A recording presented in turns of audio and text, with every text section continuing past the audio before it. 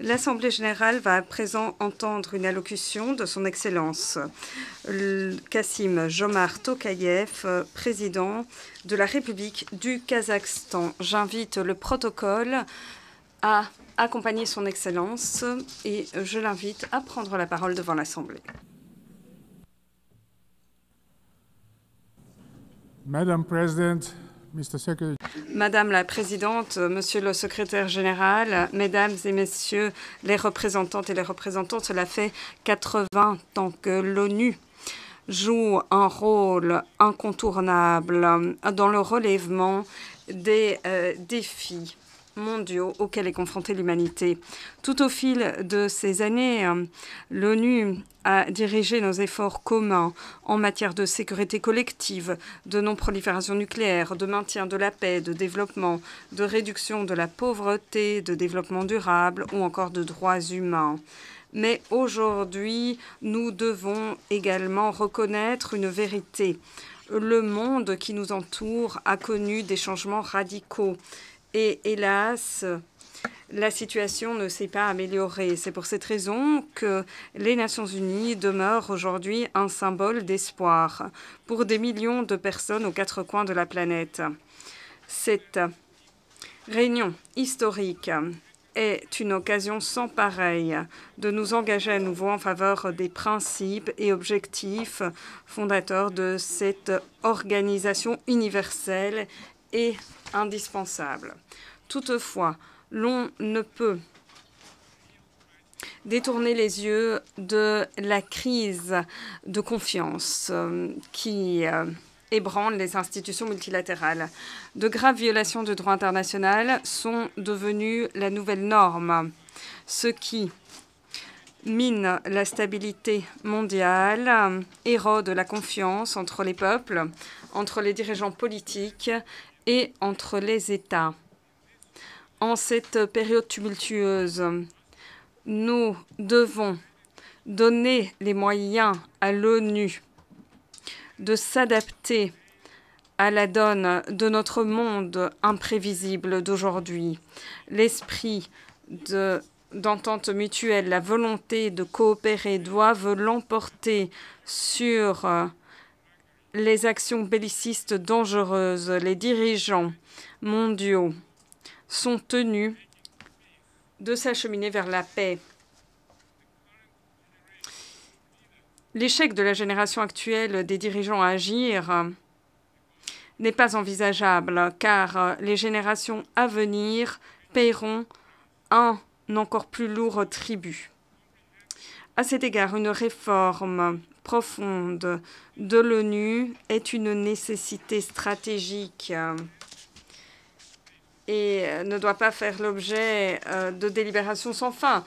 Il est temps de mettre en place un groupe de personnes très dévouées, très professionnelles, qui, sans hésiter, pourront formuler des propositions concrètes visant à refondre l'ONU pour que cette dernière soit plus à même de relever les défis contemporains et d'atteindre les objectifs de demain. Un pilier central de cet effort ambitieux de réforme de l'ONU doit être un remaniement du Conseil de sécurité.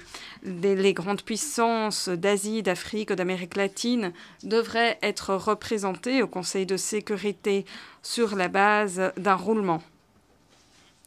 En outre, le Kazakhstan est intimement convaincu que les opinions de nouvelles puissances responsables doivent également être davantage entendues au Conseil de sécurité. En fait, ces pays ont déjà commencé à jouer un rôle plus important, plus positif dans les relations internationales, rééquilibrant les forces et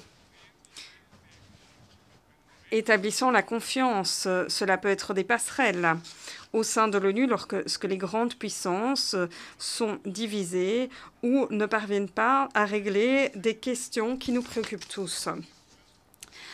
Une organisation des Nations unies crédible pour le XXIe siècle passe par des mesures concrètes prises par les États membres aux fins de la paix et de la sécurité pérenne. Sinon, l'ONU sera condamnée à sans cesse essayer d'atténuer les conséquences alors que les causes profondes ne seront pas traitées. Nous pouvons engager ce processus d'ores et déjà en réitérant notre engagement sans faille en faveur de la Charte des Nations Unies. Les principes fondamentaux de souveraineté, d'intégrité territoriale, de règlement pacifique des différends doivent être honorés sans exception. L'application sélective de certaines dispositions de la Charte seulement en mine la crédibilité. Nous avons besoin d'un nouveau consensus axé sur la confiance, l'inclusivité et les responsabilités partagées. Par exemple, les clauses d'État ennemi de la Charte, vestiges historiques de la Deuxième Guerre mondiale, ont déjà été reconnus par la majorité écrasante des membres de la communauté internationale comme étant obsolètes. C'est pour toutes ces raisons que l'heure est venue de discuter sérieusement d'un remaniement de la Charte. Aujourd'hui, nous nous heurtons à une réalité alarmante. Les traités de maîtrise des armements s'effondrent, tout comme les fondements même de la stabilité stratégique. Les dépenses militaires de par le monde en 2024 ont battu tous les records pour atteindre 2,7 trillions de dollars.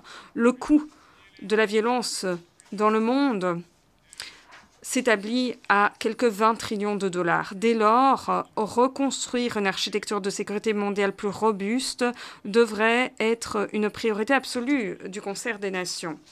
Nous plaidons en faveur de la reprise de dialogue de haut niveau entre les puissances nucléaires et en faveur d'une action multilatérale plus vigoureuse afin de réduire sensiblement le spectre des armes nucléaires. Nous devons également nous débarrasser de la mentalité militante et nous pourrons le faire en voyant combien nos pays investissent dans la paix. Le Kazakhstan est disposé à accueillir un nouveau dialogue sur le désarmement nucléaire et la non-prolifération nucléaire. On pourrait y procéder à des échanges de vues informels qui viendraient renforcer le TNP et appuyer les progrès en vue du Thyssen. Nous appelons également à concrétiser notre proposition de la création d'une agence internationale pour la sûreté et la sécurité biologique. Le Kazakhstan demeure inquiet face à la crise ukrainienne qui continue de porter gravement atteinte aux civils, d'éroder la confiance de par le monde, de miner la sécurité internationale. Toutefois, des efforts diplomatiques bilatéraux internationaux sur ce conflit devraient se poursuivre et aller de pair avec une attitude politique plus conciliante afin de tenir compte des intérêts de longue date des deux États. Les différends territoriaux ne sont jamais faciles à trancher. Ils nécessitent une retenue mutuelle, une responsabilité pour le bien des générations futures. La psychologie de l'animosité entraîne toutes les personnes impliquées dans des conflits vers l'abysse, ne laissant aucune chance à la paix. La crise humanitaire qui sévit à Gaza a atteint des proportions catastrophiques. On ne peut l'ignorer. Ce conflit a une historique très complexe. L'on ne peut méconnaître les causes profondes de ce conflit. Nous appelons à la pleine protection de tous les civils et à un accès humanitaire sans entrave dans le plein respect du droit international humanitaire. Nous réaffirmons notre soutien en faveur de la solution des deux États et en faveur d'un rôle central pour l'ONU. Le Kazakhstan se félicite des initiatives diplomatiques visant à la réconciliation régionale au Moyen-Orient, y compris l'initiative de paix arabe, la déclaration de New York et les accords d'Abraham, entre autres choses. Tous ces accords démontrent que le leadership et la volonté politique peuvent muer les dissensions en coopération et en avantages partagés. Qui plus est, nous nous félicitons de la normalisation des relations entre l'Azerbaïdjan et l'Arménie sous la médiation du président des États-Unis. Cela démontre que même les conflits de longue date peuvent être réglés grâce à la diplomatie et au bon sens. Se laissant guider par ces principes, le Kazakhstan privilégie toujours la diplomatie par rapport à l'escalade et le dialogue par rapport à la force. Les tensions géopolitiques actuelles peuvent tenter certains dirigeants d'affirmer qu'un conflit entre les civilisations est inévitable, mais ces dissensions ne sont pas fatales. Il s'agit de choix politiques. Les biens publics mondiaux, tels que les sciences, la médecine, les sports, la religion, la culture, ne devraient faire l'objet de dissensions géopolitiques ou de sanctions. Ces domaines de l'activité humaine nous lient toutes et tous. Lorsque les dirigeants politiques prononcent des discours irresponsables ou prennent des décisions déraisonnables, manipulant la religion et l'identité pour obtenir des avantages politiques, ils mettent gravement en péril la confiance et la bonne volonté nécessaire à la paix. Les dirigeants politiques doivent œuvrer à l'entente et au respect mutuel et non à la suspicion, à l'arrogance mutuelle. La tolérance, la sagesse sont les socles d'une paix pérenne et doivent être défendus par le biais de l'état de droit. Chers amis, chers collègues, nous constatons une fragmentation croissante et des partis pris politiques dans les investissements. Par conséquent, les investissements étrangers directs de par le monde se sont effondrés pour atteindre 1,5 trillion de dollars l'an dernier. Le Kazakhstan plaide en faveur d'une coopération plus vaste en matière d'investissement international. Plus de 400 milliards de dollars ont pu être investis dans notre économie depuis notre indépendance il y a 30 ans. Notre engagement en faveur des principes du libre-échange est sans faille et demeurera la pierre angulaire de notre politique.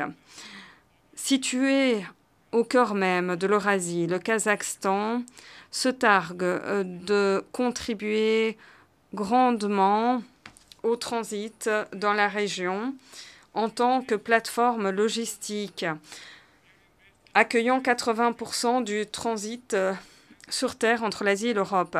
Nous investissons des dizaines de milliards de dollars dans nos transports, dans nos infrastructures de transit, notamment par l'initiative Une ceinture, une route, ainsi que les couloirs de transit nord-sud et transcaspien.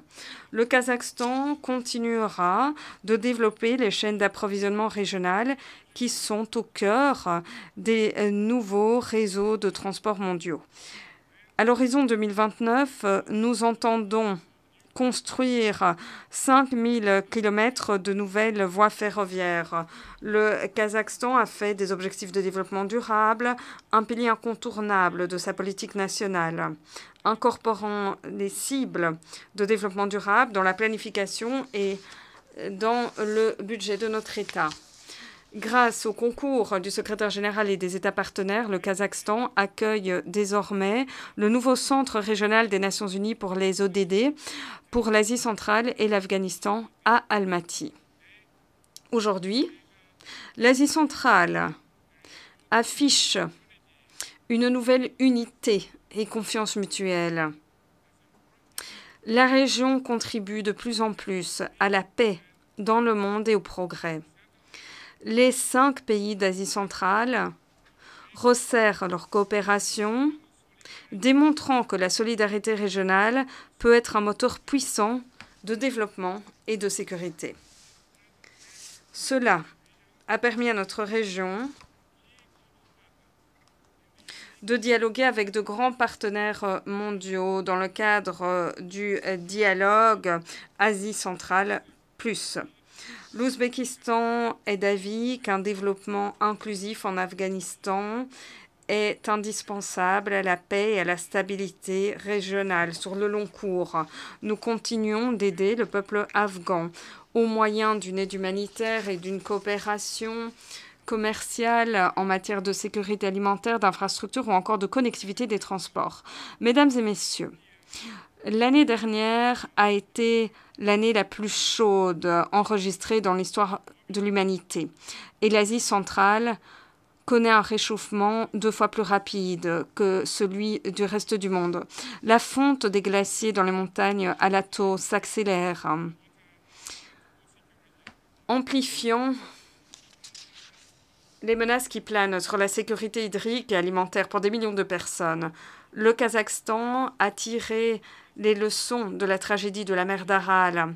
Grâce à nos efforts inlassables, notamment à l'échelle internationale, nous avons pu préserver la rive nord de la mer. En tant que président en exercice du Fonds international visant à sauver la mer d'Aral, le Kazakhstan continuera de jouer un rôle de premier plan dans le cadre de cette priorité commune. Dans l'intervalle, la mer Caspienne ne cesse de se rétrécir. Ce n'est plus seulement une préoccupation régionale, mais bien une sonnette d'alarme à l'échelle mondiale. Dès lors, nous appelons à prendre des mesures de toute urgence afin de préserver les ressources hydriques de la mer Caspienne, aux côtés de nos partenaires de la région et de la communauté internationale. L'an dernier, le Kazakhstan a co-organisé le sommet One Water Summit avec la France, l'Arabie saoudite et la Banque mondiale. À l'avenir, une coordination resserrée des investissements, des solutions durables s'impose afin d'éviter de nouvelles crises hydriques. Afin de promouvoir cette cause, le Kazakhstan accueillera un sommet écologique régional à Astana en avril de l'an prochain, qui sera convoqué en partenariat avec l'ONU et d'autres organisations internationales. Dans le cadre de notre engagement plus vaste en faveur de l'environnement, nous avons lancé une campagne Kazakhstan propre. Ce mouvement a mobilisé des millions de bénévoles dans le cadre d'actions de nettoyage, de réduction des déchets ou encore d'éducation à l'écologie. À l'initiative du Kazakhstan, l'ONU a proclamé 2026 Année internationale des bénévoles au service du développement durable. Nous invitons tous les États membres à coopérer dans le cadre de cette initiative phare. Dans cet esprit, je propose que l'Assemblée générale adopte une résolution décrétant le 22 avril, Journée internationale pour le verdissement de la planète. Chers amis, à nos yeux, l'intelligence artificielle n'est pas une avancée technologique de plus, mais plutôt une percée majeure, susceptible de devenir un moteur du progrès humain. Cependant, à mesure que l'intelligence artificielle se développe, les risques connexes s'intensifient également, ce qui vient accroître les clivages technologiques, économiques et géopolitiques. Mais les normes éthiques ne doivent pas rester en reste face à cette évolution rapide. Des questions cruciales d'équité, de responsabilité, de droits individuels doivent être traitées avec clarté et avec un sentiment d'urgence. Nous devons œuvrer à l'unisson afin que chaque pays puisse tirer parti de l'intelligence artificielle. Le Kazakhstan se félicite de la création, sous les auspices de l'ONU, du dialogue mondial sur la gouvernance de l'IA. Nous sommes disposés à contribuer activement à ce dialogue afin que l'IA demeure sûre, inclusive et axée sur l'être humain. Au Kazakhstan, l'intelligence artificielle sera intégrée dans tous les secteurs de l'économie et dans les services publics. Les infrastructures de base, afin de mettre en œuvre ce plan, sont en cours de construction et nos jeunes talentueux sont prêts à matérialiser cette vision. Notre objectif stratégique consiste à transformer le Kazakhstan en une puissance numérique au cours des 3 prochaines années. La numérisation à grande échelle, l'utilisation généralisée de l'intelligence artificielle sont autant de priorités nationales.